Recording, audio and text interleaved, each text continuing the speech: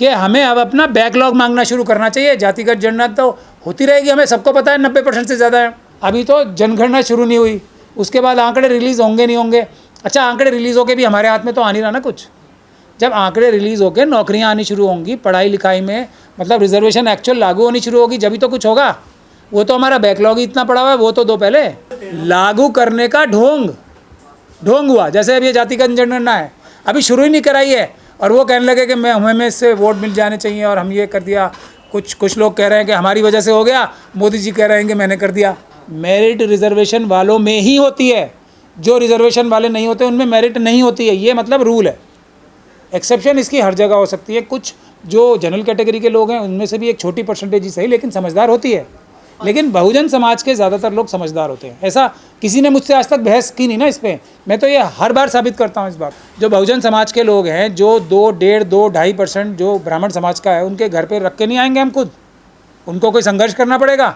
हम 2.5% का 2.5% या 2% जितना भी है वो हम तो घर पे दे के आएंगे ना, ये लो आपका हिस्सा। हम बेईमान थोड़ी हैं, बहुजन समाज के लोग बेईमान हो नहीं सकते। मोदी जी के ऊपर ऐसा कहा जा रहा है, खतरे के बादल मंडरा रहे हैं, आरएसएस उनको हटाना चाहता है। अब पता नहीं किस लिए, कि भले ही उन्होंने अपने आप को ओबीसी समाज का कहा है, सही कहा है या गलत कहा है ये तो वही जाने, क्योंकि वो अपनी डिग्रियां और अपने सर्टिफिकेट तो दिखाते नहीं हैं असली वाले, तो इसलिए। लेकिन उन्होंने कह भर दिया कि वो ओबीसी समाज से हैं, तो इसीलिए शायद बहुत दिन से, अब कुछ दिन से तो ख़ास तौर पे आरएसएस के अंदर जो एक बड़ी लॉबी है वो उनको हटाना चाहती है। उसके अलावा पाकिस्तान की जो आर्मी है, आईएसआई है, उसने भी एक बहुत बड़ा आतंकवादी हमला भारत में पहलगाम में अभी कराया है। तो इन दोनों से बचने के लिए कुछ स्टेप्स मोदी जी ने लिए हैं। उसमें मैं ये समझता हूँ, पाकिस्तान से आतंकवादियों को रोकने के लिए पाकिस्तान और चाइना की एस्टेब्लिशमेंट जो है उसको भारत का लोहा मनवाने के लिए और भारत से कुछ एक फियर फैक्टर क्रिएट करने के लिए, भारत से भी लोग, हमारे दुश्मन जो हैं वो डरना शुरू करें, उसकी डायरेक्शन में सबसे बड़ा स्टेप जो मैं मानता हूँ वो ये जातिगत जनगणना है। क्योंकि भारत का अभी तक असली जो टैलेंट है ना, असली बहादुर लोग, असली इंटेलिजेंट लोग, असली ईमानदार लोग, असली वाले बिल्कुल जो प्योर वाले हैं, उनका टैलेंट अभी भारत ने देखा ही कहाँ है। तो ये जातिगत जनगणना जो, हालांकि एक मुझे तो ये जुमला ही लग रहा है, उस पर मैं अभी आऊँगा, लेकिन इसको कहकर ही चाइना और पाकिस्तान की इस्टेब्लिशमेंट में एक डर का माहौल तो पैदा इस चीज़ से ज़रूर हुआ होगा कि अब भारत का असली टैलेंट भी आने वाला है। तो अब हम कुछ भी करेंगे तो रिएक्शन भी बहुत ज़्यादा स्ट्रांग होगा। क्यों? क्योंकि SC ST और OBC, मुस्लिम, सिख, क्रिश्चियन, बौद्ध, इन लोगों को अगर संख्या के हिसाब से भागीदारी मिल जाएगी सब चीज़ों में, किस किस चीज़ में, नौकरियों में, रिसर्च में, फौज में, सब जगह, तो भारत तो अपने आप ही विश्वगुरु बन जाएगा, फिर कुछ करने की आवश्यकता ही कहाँ है। तो इससे एक डर का माहौल ज़रूर पैदा हुआ होगा, ऐसा मेरा मानना है कि अब ईमानदार लोग, अब ज़्यादा टैलेंटेड लोग आने वाले हैं हर फील्ड में और हर जगह पे। तो इससे मैं समझता हूँ भारत का रुतबा बढ़ेगा। लेकिन अगर ये जुमला साबित हो गई बात, तब इसका नुकसान भी बहुत ज़्यादा होगा। तो ये जातिगत जनगणना कराना, कोई जो असली अम्बेडकरवादी हैं वो क्या बात कहते हैं, वो क्या कहते हैं, जिसकी जितनी संख्या भारी उतनी उसकी हिस्सेदारी, भागीदारी। तो ये सिर्फ एक उसके लिए एक स्टेप भर है, हम लोग इससे बेवकूफ़ बनने वाले बिल्कुल नहीं हैं। हम क्योंकि छोटे व्यक्ति हैं, छोटे लोग हैं और हमें ज़्यादा इधर उधर की बात करने की आदत नहीं है। ये चश्मा है यहाँ पे, अगर ये मेरे हाथ में है तो ये चश्मा है, अगर ये टेबल पे रखा हुआ है कि हम दे रहे हैं, ये देंगे, ये करेंगे, वो करेंगे, तो वो सब झूठ है, ढकोसला है, फ्रॉड है। तो जो लोग अभी नए नए अम्बेडकरवादी बने हैं, अच्छी बात है, धीरे धीरे करके आप हमारी लाइन पे आ रहे हो, तो उनसे मेरा नम्र निवेदन ये है कि अब टाइमलाइन तय होनी चाहिए कि जातिगत जनगणना जो है अब तक पूरी होगी, क्योंकि टाइम नहीं बताया गया है कुछ भी। जो देश की जो पॉपुलेशन जनसंख्या जो नापने का टाइम था वो तो 2021 में ख़त्म हो गया है। तो मेरे ख्याल से 2025 में ही ये जनगणना पूरी हो जानी चाहिए एक बात, और इसकी भी वीडियोग्राफी होनी चाहिए। ये भी बहुत महत्वपूर्ण बात मैं आपको बता रहा हूँ, क्योंकि अगर ये SC ST OBC मुस्लिम सिख क्रिश्चियन बौद्ध की संख्या 90% से कम आती है तो कम से कम अम्बेडकरवादी उस जनगणना पे विश्वास करने को तैयार नहीं है, बिल्कुल भी तैयार नहीं है। ये मैं अभी से ही बता रहा हूँ। दूसरी बात यह है कि 2025 के अंदर अंदर ही हमें बैकलॉग बैकलॉग आप सब लोग समझते ही हैं। बैकलॉग मतलब जितनी हमारी पढ़ने लिखने के संस्थान हैं उसमें सिर्फ OBC की नहीं, शेड्यूल कास्ट शेड्यूल ट्राइब की भी, और दूसरी जो रिजर्वेशंस हैं उसकी बैकलॉग सारी जो चुरा ली गई हैं हमारे सो कॉल्ड सवर्णों द्वारा, जनरल कैटेगरी वाला द्वारा, उसको वापस 2025 में ही टाइम बाउंड फैशन में वो देने का काम भी होना चाहिए। तो पहली हमारी डिमांड बैकलॉग पूरा करना है 2025 में ही। उसके लिए तो कोई जातिगत जनगणना कराने की भी आवश्यकता नहीं है। हमारे लाखों जो नौजवान हैं वो और जो बच्चे हैं वो पढ़ने के लिए भी एकदम अवेलेबल है, अच्छे से अच्छे इंस्टीट्यूट्स में भी रिजर्वेशन के माध्यम से। बैकलॉग भी उनका बहुत सारा है, और नौकरियों के भी अंदर जितनी भी नौकरियां हैं उसके अंदर भी बैकलॉग ही इतना है। कम से कम 2025 में या तुरंत बैकलॉग की प्रक्रिया जो है पूरा करने की, बैकलॉग ख़त्म करने की प्रक्रिया जो है वो तो शुरू कर दी जाए, वरना ये छलावा है, ये जुमला है 15 लाख जैसा, 2 करोड़ नौकरियों जैसा, इसमें बिल्कुल आना नहीं है। तो मेरी सभी पॉलिटिकल पार्टी से जो अब अम्बेडकरवाद मन से अपनाना चाहती हैं तो बैकलॉग का मुद्दा साथ के साथ उठाया जाए। पहली तो मैं ये बात कहने के लिए आप लोगों को तकलीफ दी है। दूसरा, जो प्राइवेट सेक्टर है उसके अंदर भी तो होना चाहिए तुरंत। इसके लिए भी पार्लियामेंट का स्पेशल सेशन बुलाना चाहिए, और हम भी देखते हैं कौन मना करता है प्राइवेट उसमें। तीसरी बात ये कि एक ये अपराध बनाना चाहिए, इसको एक दंडनीय अपराध बनाना चाहिए जो ये बोलता है कि रिजर्वेशन के द्वारा या रिजर्वेशन देने से किसी भी प्रकार का क्वालिटी में कॉम्प्रोमाइज़ होता है, इसको मेरे ख्याल से दंडनीय अपराध बनाना चाहिए।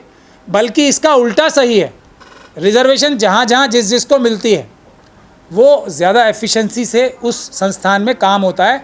तो इस बात को कहने भर कोई दंडनीय अपराध बनाना चाहिए कि रिजर्वेशन से किसी भी प्रकार से काम में क्वालिटी में कॉम्प्रोमाइज़ होता है, या क्वालिटी कम होती है, या किसी भी प्रकार से किसी काम का नुकसान होता है, या देश का नुकसान होता है किसी भी प्रकार से। ये जो मिथ्या है इसको दूर करने के लिए भी पार्लियामेंट का एक सेशन बुलाना चाहिए एक दिन का। उसमें 3-4 मुद्दे मेरे ख्याल से फाइनली डिसाइड हो जाने चाहिए, प्राइवेटाइजेशन का, और ये इसको दंडनीय अपराध बनाने का कि रिजर्वेशन को अगर कॉम्प्रोमाइज़ बोला जाता है क्वालिटी में या किसी भी प्रकार से। और तीसरी चीज़ तो ऑफ कोर्स है ही बैकलॉग का, तुरंत बैकलॉग 2025 में ही सारा बैकलॉग ख़त्म होना चाहिए। और चौथी मोस्ट इम्पॉर्टेंट चीज़ जो अभी आजकल है वो कि ये पहलगाम के लिए जो आतंकी हमला हुआ है उसका इलाज क्या होना चाहिए, क्योंकि इलाज अभी तक हम लोग शांत बैठे हैं, अभी भी मोदी जी बता नहीं पाए हैं। तो लेकिन अभी अगर आप उस पर सवाल पूछेंगे तो मैं कुछ बोलना चाहूँगा। लेकिन अभी मैंने आज इसीलिए आप लोगों को तकलीफ़ दी थी कि ये जो रिज़र्वेशन का मुद्दा है इससे धोखा नहीं खाना है। ये हमारा बैकलॉग का, सारे प्राइवेट सेक्टर में रिज़र्वेशन का मुद्दा, और 100% रिज़र्वेशन का मुद्दा। रिज़र्वेशन का मतलब जो बाबा साहब की रिज़र्वेशन है वो 100% रिज़र्वेशन है, across the board, across the spectrum, ज़मीन की गहराइयों से लेके, मतलब समुद्र की गहराइयों से लेके, ज़मीन की गहराइयों से लेके आसमान की ऊंचाइयों तक भारत देश के जो पेरीफेरी में जो भी कुछ आता है उस सभी संस्थानों पे जितनी जिसकी संख्या भारी उतनी उसकी हिस्सेदारी का प्रिंसिपल अब लागू होने का समय आ गया है। ये जनगणना करा के अभी 10 साल का प्रोग्राम बनाना के उसके बाद हम देने का काम शुरू करेंगे या बंटवारे का काम शुरू होगा संस्थानों के और संसाधनों के बराबर से सब लोगों के बीच में, तो वो उसका इंतज़ार करना मेरे ख्याल से धोखा खाना ही होगा। अभी मैं सुब्रमण्यम स्वामी साहब हैं, हमारे पड़ोस में ही रहते हैं यहाँ पे, मेरी तो उनसे मुलाकात नहीं हुई है आज तक भी, लेकिन मैं उनका इंटरव्यू देख रहा था आज भी। बीजेपी के राज्यसभा सांसद रहे, बहुत ही महान व्यक्ति हैं वो, बहुत महान व्यक्ति अपने आप को बताते भी हैं और बहुत सारे लोग उन्हें महान व्यक्ति बोलते भी। तो वो ये कह रहे हैं कि अमित शाह साहब का तो इस्तीफ़ा क्यों नहीं हुआ अब तक। वो कह रहे हैं 10 दिन का टाइम और देना चाहिए इनको, उसके बाद जनता को सड़कों पे आना चाहिए और मोदी जी का और अमित शाह साहब का इस्तीफ़ा मांगना चाहिए, क्योंकि ये पूरी तरीके से फेल हो गए हैं। और मोदी जी चाइना से डरते हैं, ये पता नहीं वो बार बार क्यों रिपीट करते हैं, उनके पास ऐसा क्या राज है। मेरा जाति जनगणना पर है ना सर, बीजेपी हाँ। और आरएसएस तो विरोध करते हैं। मैं वही तो बता रहा हूँ। अब वो ये बोल रहे हैं तो मोदी जी को बचने का क्या रास्ता है बताओ आप। एक ही रास्ता है ना, एक ही रास्ता बचता है कि वो असल में ओबीसी हैं या नहीं है, वो एक अलग बात है, अलग विषय है वो, लेकिन वो ओबीसी बन जाएं अब, कि मैं बहुजन समाज का व्यक्ति हूँ, अब वो बन जाएं, वो भले उन्होंने कुछ भी किया हो या नहीं किया हो। तो ये बचने का रास्ता है, क्योंकि जो 75 साल की सीमा है ना वो भी उनके सामने आई रही है। तो ये उससे बचने के लिए उन्होंने एक जो उनके पास सबसे बड़ा तुरुप का इक्का है, जिसकी वजह से उनकी कुछ ना कुछ तो मतलब जिसको कहते हैं ना रिस्पेक्ट हो जाती है, भले ही वो सच्चाई है झूठे हैं, लेकिन वो ओबीसी समाज का बता के अपने आप को एक बड़ा व्यक्ति तो बता ही पाते हैं। तो आरएसएस के खिलाफ जाकर फैसला लिया मोदी जी ने, या आरएसएस की सहमति है इस पर जाति जनगणना पर? नहीं, मुझे नहीं लगता कि आरएसएस और जो मनुवादी मानसिकता की जो पूरी लॉबी है, हालांकि मोदी जी भी उसी लॉबी का एक हिस्सा हैं, उनको ये बात पता भी होगी। ये उसी प्रकार का एक निर्णय है जैसे उन्होंने 8 बजे एक अनाउंसमेंट की थी ना नोटबंदी की, ये उसी प्रकार का निर्णय है। अगर ये निर्णय बता के डिस्कशन करके होता तो मेरे ख्याल से मोहन भागवत जी ये कभी इम्प्लीमेंट होने नहीं देते। ये एक तरीके से ये सरप्राइजिंग फैक्टर है मोदी जी का, जो उन्होंने ओबीसी बन के दिखाया। सुबह से शाम तक बैठक, मैं कह रहा हूँ ना कि उनसे तो इस्तीफ़ा मांगने की तैयारी हो रही है, और आरएसएस और बीजेपी के लोग हो सकता है सुब्रमण्यम स्वामी जी के नेतृत्व में खुद ही मोदी जी के घर पे प्रदर्शन कर रहे हो, अमित शाह जी के घर पे प्रदर्शन कर रहे हो कि इस्तीफ़ा दो और किसी और को प्रधानमंत्री और होम मिनिस्टर बनाओ। तो उससे बचने का क्या रास्ता हो सकता था। बट मैं अभी उसी विषय पे जा नहीं रहा हूँ। मैं तो ये कह रहा हूँ कि जो फ्री हैंड दिया गया है वो भी एक्चुअल फ्री हैंड दिया जाए, क्योंकि मोदी जी के तो बस की नहीं है ये बात। तो मतलब इस बारे में बहस करना ही बेकार है। मोदी जी और अमित शाह जी के बस की नहीं है कि वो होम मिनिस्टर का काम संभाल सकें और प्रधानमंत्री का काम संभाल सकें। इसको तो मतलब इस बारे में चर्चा करना ही बेकार है। आरएसएस तो कहती रही है ना कि जाति जनगणना करवा लीजिए, पर इसका राजनीतिकरण ना होना चाहिए। नहीं, आरएसएस ने कभी नहीं कहा है कि जातिगत जनगणना, आरएसएस ने कभी नहीं कहा है। आरएसएस ये बोलती है कि हम लोग जो हैं जो रिजर्वेशन से जो है, और जो कुछ जातियां जो होती हैं वो ज़्यादा कारगर होती हैं, ज़्यादा समझदार होती हैं, और बाकी लोग बेवकूफ़ होते हैं। ये कंसिस्टेंट लाइन चली आ रही है। इसीलिए मैंने वो बात कही है कि इसे दंडनीय अपराध बनाना चाहिए कि जो भी व्यक्ति ये कहता है कि रिजर्वेशन से कोई क्वालिटी में कॉम्प्रोमाइज़ होता है या उससे कुछ मीडियोक्रिटी आती है, उसको जेल में ठूस देना चाहिए, तुरंत जेल में डाल देना चाहिए उसको। ये जो है आज तक की आरएसएस की लाइन है। रिजर्वेशन का विरोध क्यों करते हैं बताइए, आप कोई है वजह? वजह तो सिर्फ एक ही है ना कि काम नहीं होता ठीक से, क्वालिटी कॉम्प्रोमाइज़ हो जाती है। ये बकवास बहुत साल चल ली। मेरिट नहीं है ना, देखिए मैं वही फिर मैं क्या कह रहा हूँ, मेरिट रिजर्वेशन वालों में ही होती है, जो रिजर्वेशन वाले नहीं होते उनमें मेरिट नहीं होती है। ये मतलब रूल है। एक्सेप्शन इसकी हर जगह हो सकती है। कुछ जो जनरल कैटेगरी के लोग हैं उनमें से भी एक छोटी परसेंटेज ही सही लेकिन समझदार होती है, लेकिन बहुजन समाज के ज़्यादातर लोग समझदार होते हैं। ऐसा किसी ने मुझसे आज तक बहस की नहीं ना इस पर। मैं तो ये हर बार साबित करता हूँ इस बात। लेकिन जब जाति का आंकड़े सामने आएंगे, आपको लगता है विभाजन होगा समाज में, बंटवारा होगा समाज? नहीं, भारत मजबूत होगा। चाइना और पाकिस्तान में डर इसी चीज़ का है कि असली टैलेंटेड लोग अब आगे आ जाएंगे। और हम लोग क्या कह रहे हैं, आपको क्या लगता है? आप गजेंद्र जी मुझे एक बात बताओ, जो बहुजन समाज के लोग हैं, जो 2.5% जो ब्राह्मण समाज का है, उनके घर पे रख के नहीं आएंगे हम खुद, उनको कोई संघर्ष करना पड़ेगा। हम 2.5% का 2.5% या 2% जितना भी है वो हम तो घर पे दे के आएंगे ना, ये लो आपका हिस्सा। हम बेईमान थोड़ी हैं, बहुजन समाज के लोग बेईमान हो नहीं सकते। मतलब जो हजारों सालों से एक छत्र राज कर रहे हैं संसाधनों पर, वो आपको आसानी से दे देंगे चीजें? अभी तो संविधान में आर्टिकल 14 है ना, उसको मानते ही है ना सब। संविधान को नहीं मानते। जैसे ही पद पे बैठते हैं शपथ लेते हैं तो उसी में लिखा है ना, ये जिसकी जितनी संख्या बारी उतनी उसकी हिस्सेदारी।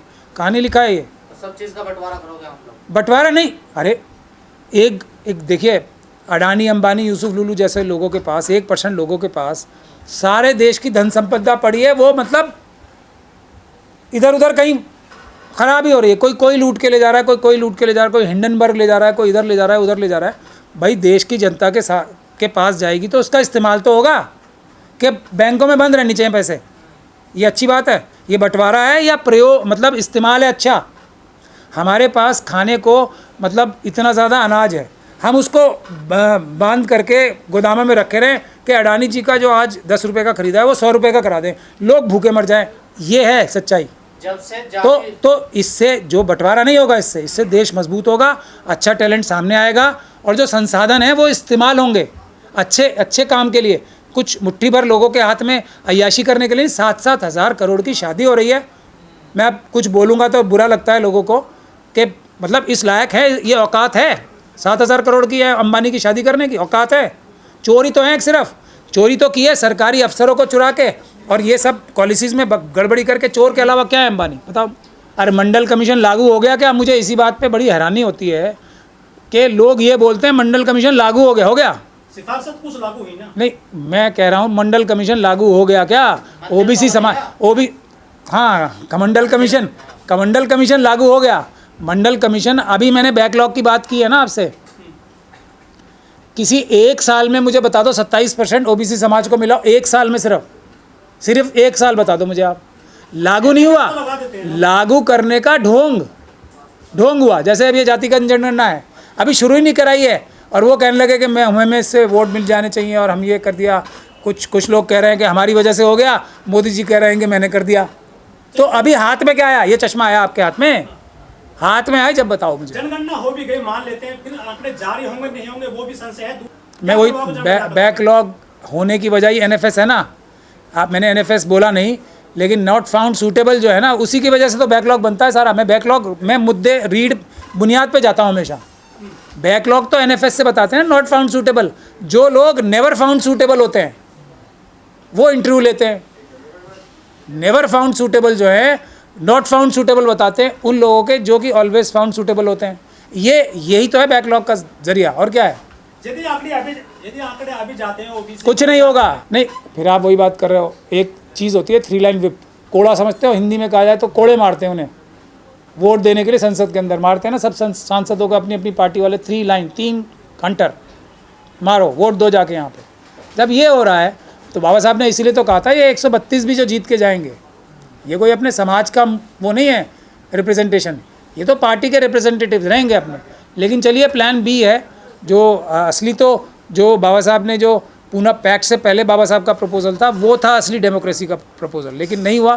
तो अब जो हालात हैं, बाबा साहब ने इस संविधान पे अपनी मोहर लगाई है तो हम लोग उससे बंधे हुए हैं और इसी के तहत हम न्याय प्राप्त करके रहेंगे। लेकिन आप बिल्कुल 100% सही बात कह रहे हो, ये जुमलों में नहीं आना है हमें कि जी जनगणना करा दी, हमें क्या लेना उससे। हमें तो पता, तो कम से कम 85% तो सभी मानते हैं, 85% तो दे दो पहले, तो पहले आंकड़े तो सामने आने दो ना। फिर आंकड़े। अरे हम तो, मैं क्या कह रहा हूँ, अभी तो 50% करना, 27% तो दे दो जो कि आधा है, वो तो दे दो, वो ही नहीं दे रहे। तो असली मुद्दा ये है बैकलॉग से, अगर बैकलॉग एक्चुअली अगर बैकलॉग ख़त्म कर दिया जाए, मुझे नहीं लगता हमारे पास लोग बचेंगे नौकरियां लेने के लिए, और स्कूलों में और कॉलेजों में बच्चे पढ़ाने के लिए नहीं बचेंगे। इतना हमारा बाकी है अभी हक अधिकार जो चुराया हुआ, लूटा हुआ है ये मनुवादी व्यवस्था ने। तो फिर उसके बाद तो 100% की बात करें, लेकिन जो है अभी टेबल पे है उसको तो ले लें पहले हम। तो इसलिए मुद्दे से नहीं भटकना है। मेरा प्रेस कॉन्फ्रेंस बुलाने का मेन मकसद ही आज ये है कि हमें अब अपना बैकलॉग मांगना शुरू करना चाहिए। जातिगत जनगणना तो होती रहेगी, हमें सबको पता है 90% से ज़्यादा है, इसमें पता करने की कौन सी बात है, ये बताओ मुझे आप। ये तो सब बोल रहे हो ना, अभी ऑथेंटिक आंकड़े, फिर ऑथेंटिक 1-2% का इधर उधर फर्क, या 92% हो जाएंगे ना, या 91% हो जाएंगे। लेकिन क्या सर आपको नहीं लगता इस फैसले से बीजेपी में फूट पड़ जाएगी, 2 भागों में बढ़ जाएगी? नहीं, बीजेपी वाले देखो, अब जो मनुवादी मानसिकता, विरोध भी करने आ गए ना बीजेपी वाले। वो तो सारे विरोध करने आएंगे ना, लेकिन जब उनको बैठ के समझाएंगी आरएसएस भी, मोदी जी भी, भाई मैं दे थोड़ी रहा हूँ, कुछ बोला ही तो है, बस देने की बात कहाँ हुई है। अभी देखो, अभी पूछा तो है सवाल, अभी तो जनगणना शुरू नहीं हुई, उसके बाद आंकड़े रिलीज़ होंगे नहीं होंगे। अच्छा, आंकड़े रिलीज़ होके भी हमारे हाथ में तो आ नहीं रहा ना कुछ। जब आंकड़े रिलीज़ होके नौकरियां आनी शुरू होंगी, पढ़ाई लिखाई में मतलब रिजर्वेशन एक्चुअल लागू होनी शुरू होगी, जब भी तो कुछ होगा। वो तो हमारा बैकलॉग ही इतना पड़ा हुआ है, वो तो दो पहले। रिजर्वेशन भी बढ़ाना पड़ेगा ना।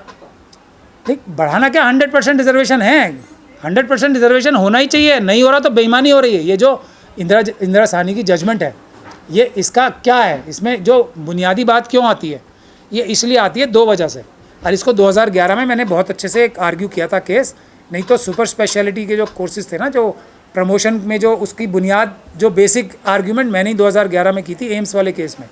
तो उसमें 2 चीज़ें हैं जो हमें समझनी चाहिए। पहली चीज़ और जो सबसे इम्पॉर्टेंट महत्वपूर्ण चीज़ है, उसके लिए मैं बोल रहा हूँ, उसको दंडनीय अपराध बनाना चाहिए। ये रिजर्वेशन के कॉन्सेप्ट के लिए जो ब्रेक लगाने की, अपोज करने की वजह एक ही है कि क्वालिटी में कॉम्प्रोमाइज़ होता है। क्वालिटी में कॉम्प्रोमाइज़ नहीं होता, इससे बड़ा झूठ कोई हो ही नहीं सकता। क्वालिटी बढ़ती है रिजर्वेशन से, क्वालिटी हमेशा बढ़ी है रिजर्वेशन से। जहाँ जहाँ एक साइंटिफिक इन्वेस्टिगेशन हुई है इस चीज़ की, जहाँ रिजर्वेशन हुई है वहाँ क्वालिटी बढ़ी। तो इस झूठ को हम अगर अकेले झूठ को निकाल दें, फिर रिजर्वेशन तो 100% हो ही गई ना, फिर क्या है। इसी वजह से 50% का जो कैप लगाया गया था ना, कि 50% तो चलो बेकार लोग ले लो, 50% होशियार लोग रहने चाहिए। तो हमें हमेशा बाबा साहब की तरह जड़ पे जाना चाहिए। इस बात को ही कहना अपने दिमाग से निकाल दें। हमारे ये झूठ हमारे बहुजन समाज के लोगों के भी मन में ठूस दिया गया है कि हाँ जी हम लोग कुछ हमें ये कोई एहसान हो रहा है। ये देश के ऊपर एहसान हो रहा है। रिजर्वेशन 100% जिस दिन होगी, हमारे देश को महान बनाने के लिए सबसे बड़ा कदम होगा। 2011 में आंकड़े जारी नहीं साथ हैं आप, जो मोदी जी ने फैसले इसके साथ। मैं मोदी जी जिस दिन मैं मोदी जी की बात पे भरोसा करूंगा, उस दिन उनके साथ होऊंगा। आप तो चाहते थे ना जाति जनगणना हो। मैं तो भैया 100% रिजर्वेशन चाहता हूँ, धोखाधड़ी नहीं चाहता हूँ। और मोदी जी की बात के लिए मैं एक ही बात बोलता हूँ, उसको हर जो चीज़ वो कहेंगे उसके आगे ना लगा के पढ़ा करो। अगर वो कह रहे हैं कराऊंगा तो वो नहीं कराएंगे। मेरा तो अभी तक ये आपकी जीत नहीं है, विपक्ष की जीत बिल्कुल नहीं है, कोई जीत जूत कुछ नहीं है। जैसे वो जो हमारे मुस्लिम समाज के लोग हैं ना, उनकी जीत हो गई है, वक्फ का कानून बचा लिया उन्होंने, स्टे कुछ हुआ नहीं, कानून बच गया। उसी तरीके से हाथ में हमारे कुछ आया नहीं और जीत हो गई हमारी। अखिलेश यादव तो कह रहे हैं जीत हो गई। नहीं, अब मैं वही कह रहा हूँ, अखिलेश यादव जी मुझे बैठ के समझा दें। मैं थोड़ा कम अकल भी हो सकता हूँ कि बैकलॉग की कितनी नौकरियाँ इनसे अब मिल गई इन्हें, मुझे बता दें तो मैं जय जयकार करूँगा अखिलेश यादव जी की भी। पर मुझे नहीं आ रहा समझ में कि इससे फ़ायदा क्या होगा। जैसे वक्फ वालों का मुझे नहीं समझ में आ रहा, सब कह रहे हैं हम मुसलमानों ने, भाई चीफ जस्टिस साहब ने झंडा ही गाड़ दिया कतई, वैसे ही है।